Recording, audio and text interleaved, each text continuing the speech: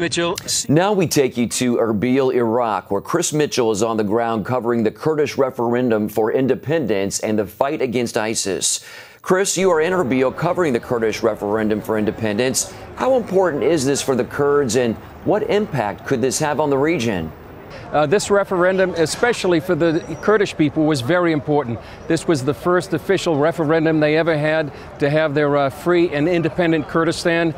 For the region, it's going to have a big impact because the nations surrounding Kurdistan, Turkey, Iran, Syria, and the Baghdad government all opposed it. And so it could upset the delicate balance here in the Middle East. And there are talks that it could lead to conflict between the Baghdad government and what's called the Kurdish regional government. So it's very important for this region. You've also met with Christians in the area. What is their situation, and what are they telling you about their future?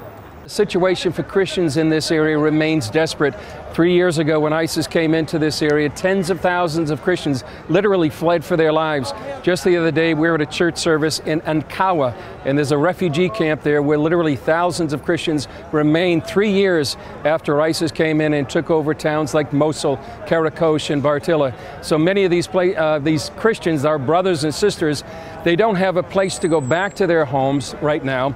Many times they can't immigrate to other countries, so they're really caught in the middle. Chris, you also followed Dave Eubank of the Free Burma Rangers to the front lines. Tell us what that experience was like.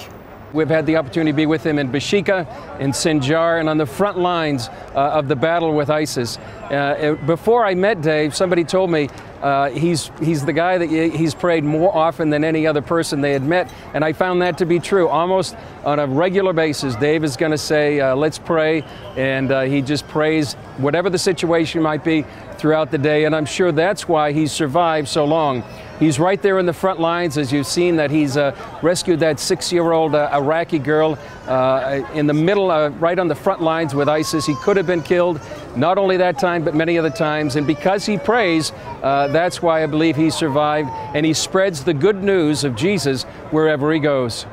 Eubank talked about the power of prayer when he is on the front lines. How can Christians here at home pray for him and his team? It's really important, I would say, for him to be able to pray not only for Dave and his team, but for all the Christians in this area that have been displaced because of ISIS, and pray for the situation here in the region.